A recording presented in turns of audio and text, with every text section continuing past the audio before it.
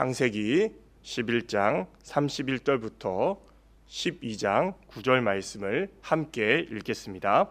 데라가 그 아들 아브라함과 하란의 아들인 그의 손자 롯과 그의 며느리 아브라함의 아내 사레를 데리고 갈대아인의 우르를 떠나 가나안 땅으로 가고자 하더니 하란에 이르러 거기 거류하였으며 데라는 나이가 205세가 되어 하란에서 죽었더라.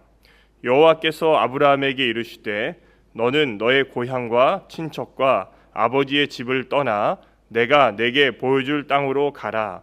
내가 너로 큰 민족을 이루고 내게 복을 주어 내 이름을 창대하게 하리니 너는 복이 될지라. 너를 축복하는 자에게는 내가 복을 내리고 너를 저주하는 자에게는 내가 저주하리니 땅의 모든 족속이 너로 말미암아 복을 얻을 것이라 하신지라. 이에 아브라함이 여호와의 말씀을 따라갔고 롯도 그와 함께 갔으며 아브라함이 하란을 떠날 때에 75세였더라. 아브라함이 그의 아내 사레와 조카 롯과 하란에서 모은 모든 소유와 얻은 사람들을 이끌고 가나안 땅으로 가려고 떠나서 마침내 가나안 땅에 들어갔더라.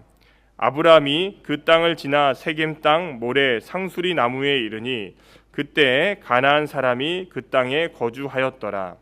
여호와께서 아브라함에게 나타나 이르시되 내가 이 땅을 내 자손에게 주리라 하신지라.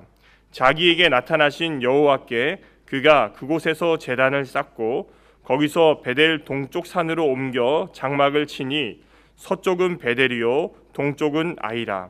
그가 그곳에서 여호와께 제단을 쌓고 여호와의 이름을 부르더니 점점 남방으로 옮겨 갔더라. 아멘.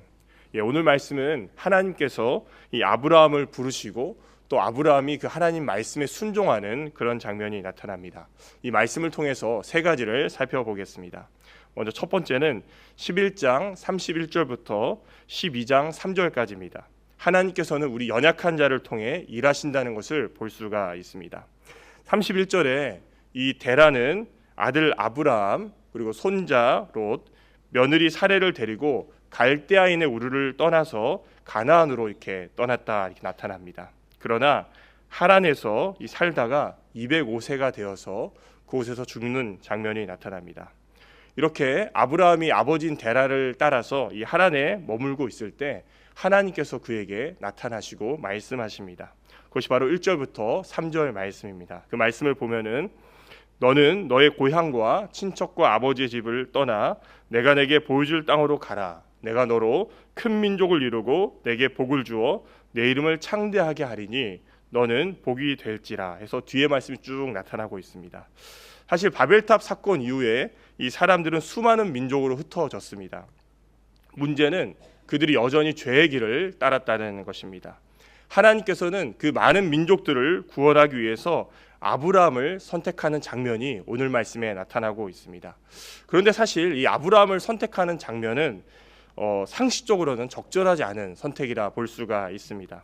왜냐하면은 이 아브라함의 아내는 그 아내인 사레는 불임이었기 때문입니다. 자녀를 낳을 수 없었기 때문에 하나님께서 이 아브라함을 선택하시고 그에게 큰 민족을 이루시겠다 이렇게 약속하시는 것은 사실은 말도 안 되는 일이라 볼 수가 있습니다.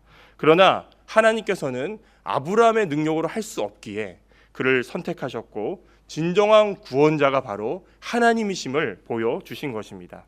따라서 사랑하는 성도님들, 하나님께서는 가능성이 없어 보이는 자를 선택하시고 그 사람을 통해서 큰 일을 이루시는 분이십니다. 사실 우리 각자를 돌아보면 어떻습니까? 연약한 부분들이 많지 않습니까?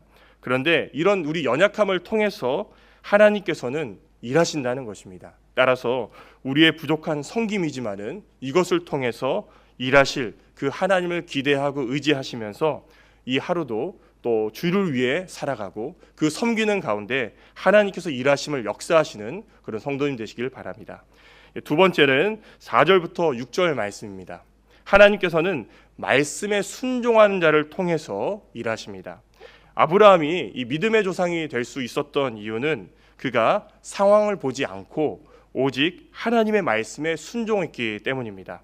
4절에 보면은 아브라함은 하나님의 말씀을 들었을 때에 그 말씀에 순종하는 모습이 나타납니다. 그의 나이 보면 75세입니다. 이 75세 때 하란을 떠났다 나타나고 있습니다. 5절에 보면은 이 아브라함은 조카 롯을 데리고서 새로운 땅, 이 가나안 땅으로 이렇게 가게 됩니다. 아브라함은 아들이 없었기 때문에 큰 세력을 지니지 못했고, 또 6절에 보면은 그가 가는 이 가나안 땅, 그 땅은 아무도 살지 않는 그런 땅이 아닙니다. 그 땅에는 살고 있는 사람들이 있었고 이 땅을 정복하는 건 쉽지 않아 보입니다. 그러나 아브라함은 그런 상황 또 환경은 전혀 고려하지 않은 채 모든 소유와 종들을 이끌고 가나안의 세겜 땅으로 들어갔습니다. 하나님의 말씀에 그가 순종하고 나아간 것입니다. 사랑하는 성도님들, 하나님의 일을 감당한 사람들은 어떤 사람입니까? 능력이나 지식 그리고 재물이나 높은 지위를 가진 사람이 아닙니다. 바로 하나님의 말씀에 순종하는 사람이 하나님의 일을 감당할 수 있습니다. 이런 가운데 혹시 요즘 내 마음에 계속해서 하나님께서 이 일에 순종하면 좋겠다, 이 일에 네가 좀 순종해라, 이렇게 주시는 마음들은 없으십니까? 아니면 이걸 볼 때마다 이 일은 내가 해야 되는 일이 아닐까라고 생각되는 그런 생각들은 없으십니까? 하나님께서는 순종하는 자를 통해서 일하십니다. 이 사실을 기억하시고 내 마음 가운데에 어떤 하나님께서 주시는 마음들 또 감동들이 있다면 그 마음에 순종하시고 그런 가운데서 나를 통해 일하시는 그 하나님의 역사를 경험하시는 모든 성도님 되시길 바랍니다. 마지막으로는 7절부터 9절입니다. 하나님께서는 어떤 순간 어떤 상황에서도 예배를 드리는 삶을 살길 원하십니다. 7절 말씀에 이렇게 말씀에 순종한 아브라함에게 하나님께서는 너에게 그리고 그의 자손에게 가나안 땅을 주시겠다 이렇게 약속하십니다. 그런데 아브라함에게 다가온 현실은 어떻습니까? 좀 다른 현실입니다. 아브라함이 말씀에 순종해서 이 세겜 땅에 가서 제단을 쌓고 또 8절에 보면은 베델 동쪽 산으로 옮겨서 장막을 치고 제단을 쌓았다 나오는데 왜 이렇게 옮겨 다니면서 제단을 쌓았을까요? 그것은 바로 그 땅이 정착하기가 쉽지 않았기 때문입니다. 아브라함은 아마도 계속해서 정착하고자 했지만은 그곳에 사는 사람들 때문에 정착하지 못하고 이동하고 또 이동했던 것입니다. 그래서 결국 9절에 보면은 계속 남방으로 이동했다 이렇게 나오고 있습니다. 이 남방이라는 뜻은 이 단어는 네게브라는 히브리어 단어인데요.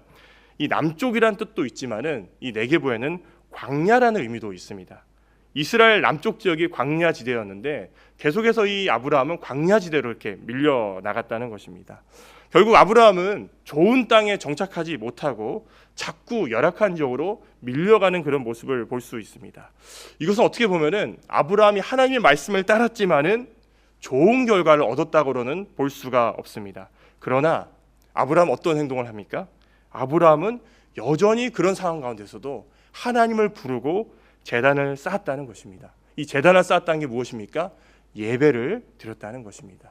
비록 그에게 다가온 상황들은 어려운 상황들이 계속 중첩되고 자신이 원하는 상황들이 나타나지 않았지만은 그럼에도 불구하고 아브라함은 제단을 쌓고 하나님께 예배를 드리면서 하나님을 의지하는 모습을 계속해서 보여주었다는 것입니다.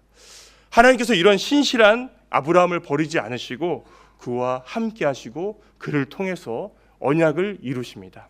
사랑하는 성도님들, 우리도 때로는 하나님께서 우리에게 주신 감동으로 인해서 어떤 말씀에 순종하고 나아갈 때가 있습니다.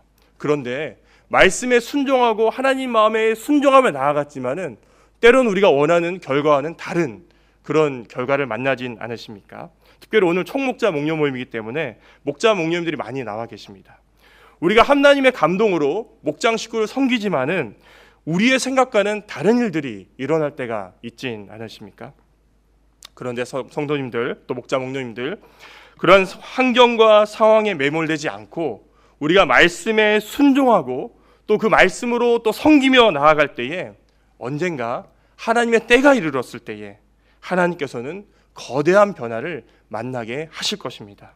따라서 우리에게 변화를 주신 하나님, 또 우리에게 놀라운 일을 역사하실 그 하나님을 기억하시면서 말씀에 순종하고 하나님께 날마다 예배를 드리고 하나님을 의지하시면서 하나님을 붙드시는 그런 모든 성도님 되시기를 간절히 소망합니다.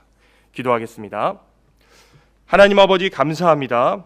오늘도 창세기 말씀을 통해서 은혜 주심을 감사드립니다.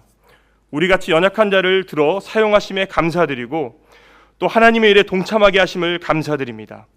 하지만 때로는 하나님, 우리가 말씀에 순종하며 살아가지만은 우리의 생각과 기대와는 다른 일들이 일어나고 만날 때가 있습니다. 낙심하지 않도록 도우시고 우리가 하나님께 예배를 드릴 때에 다시금 일어설 수 있는 힘을 도와주시고 또 하나님의 때를 만날 수 있도록 도와주셔서 우리를 통해 하나님께서 일하시고 역사하심을 경험할 수 있도록 은혜를 내려 주옵소서. 감사합니다. 예수님 이름으로 기도드립니다. 아멘.